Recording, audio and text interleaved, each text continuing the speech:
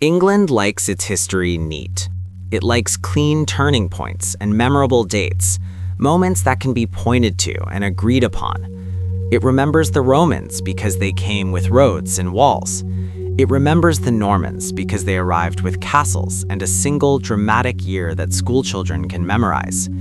It remembers the Tudors because they dressed well, married badly, and left behind portraits that stare confidently from museum walls. But between Rome and the Normans lies a stretch of time that feels oddly quiet, as if someone turned down the volume. Nearly 6 centuries of life, struggle, belief, and blood have been reduced to a blur. This is the age of the Anglo-Saxons, and England's relationship with it is complicated, uneasy, and strangely distant. The forgetting did not happen all at once. It was not a single act of erasure, not a deliberate decision made in a room filled with maps and candles. It happened slowly, like soil covering a footprint. Layer by layer, story by story, the Anglo-Saxon past was buried beneath newer narratives that felt louder, grander, and easier to tell. When Roman authority collapsed in Britain in the early 5th century, there was no dramatic ending, no final battle where an empire fell in flames. Roman administrators simply left. Soldiers stopped being paid, roads crocked, towns emptied. Britain did not fall, it faded. Into this uncertain landscape came groups from across the North Sea: Angles, Saxons, Jutes, migrants as much as invaders, carrying families, tools, beliefs, and languages. They did not arrive with the intention of creating England, they were trying to survive. For generations, they lived in wooden halls and farming settlements that left little behind for stone-loving archaeologists. Their world was built from timber, earth, and memory. It burned easily. It rotted quickly. Compared to Roman ruins or Norman castles, it seemed temporary, fragile, forgettable. Yet this was the period when England was truly formed, not as an idea, but as a lived reality. The Anglo-Saxons created kingdoms that rose and fell like tides. Wessex, Mercia, Northumbria, East Anglia, names that still echo faintly in place names and county lines, but rarely in popular imagination. These were not primitive backwaters. They had laws, poetry, diplomacy, and long memories. Kings ruled not by divine right alone, but through negotiation with nobles and councils. Power was fragile, constantly tested, and often violently contested. Language was one of their greatest legacies, though it hides in plain sight. The words spoken every day in England, house, bread, wife, child, land, king, are Anglo-Saxon at their core. The rhythms of English thought, the way sentences are built, the blunt honesty of its simplest words, all come from this period. Yet because later elites spoke French and Latin, English itself came to be seen as ordinary, unrefined, something that did not need to be celebrated. Religion, too, transforms during this time. Pagan beliefs mixed uneasily with Christianity, creating a spiritual world that felt close to the earth and the unseen. Saints were local. Miracles happened in fields and rivers, not distant cathedrals. Monasteries became centers of learning, copying manuscripts by candlelight while the wider world slept. The Venerable Bede, writing in the 8th century, produced one of the most important histories in Europe, yet even he would later be overshadowed by writers who came after the conquest. The problem was not that the Anglo-Saxons lacked stories, it was that their stories did not survive on their own terms. Everything changed in 1066. The Norman conquest did more than replace one ruling family with another. It replaced memory itself. The new rulers spoke a different language, followed different customs, and viewed the past through foreign eyes. To them, the Anglo-Saxon elite were not ancestors, but obstacles, defeated enemies whose legitimacy had ended on a battlefield. Land was redistributed, churches were rebuilt in stone, records were rewritten. The Doomsday Book catalogued England as if it were newly discovered, not inherited. What came before felt irrelevant, even embarrassing. The Anglo-Saxon past was allowed to exist only as a prelude to Norman greatness. This shift shaped how history was recorded. Chroniclers writing after the conquest framed Anglo-Saxon kings as weak or doomed, men whose failure justified Norman rule.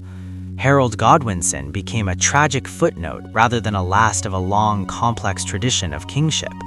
The centuries before him were compressed, simplified, and stripped of nuance. Over time, this version of history hardened into convention. England became a nation that began properly in 1066, with everything before treated as rehearsal. The Anglo-Saxons were no longer founders, they were placeholders. Centuries later, when England began actively shaping a national identity, the damage was already done. During the Victorian era, history was repackaged to serve empire. Romans became symbols of order and civilization. Normans embodied hierarchy, authority, and grandeur.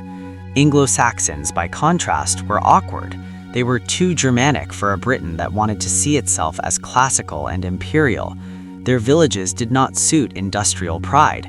Their poetry did not match Victorian ideals of refinement.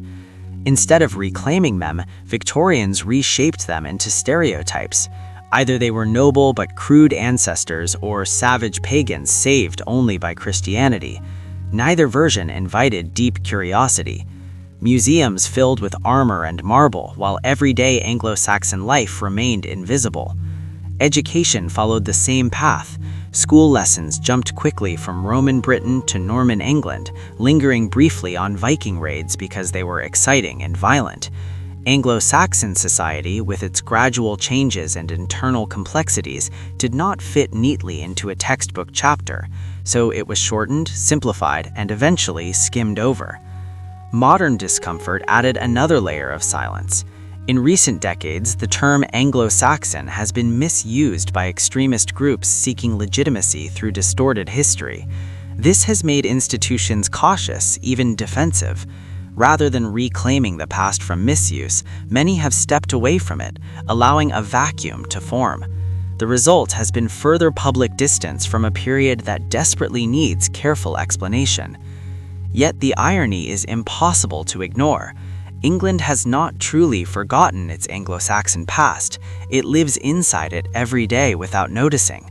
The landscape still carries their decisions. Shire boundaries follow ancient lines of administration. Village names cluster where Anglo-Saxon farmers found fertile soil. Rivers and hills bear names older than the Norman language that later tried to rename them. Even the idea of local governance, of community assemblies and shared law comes from this period.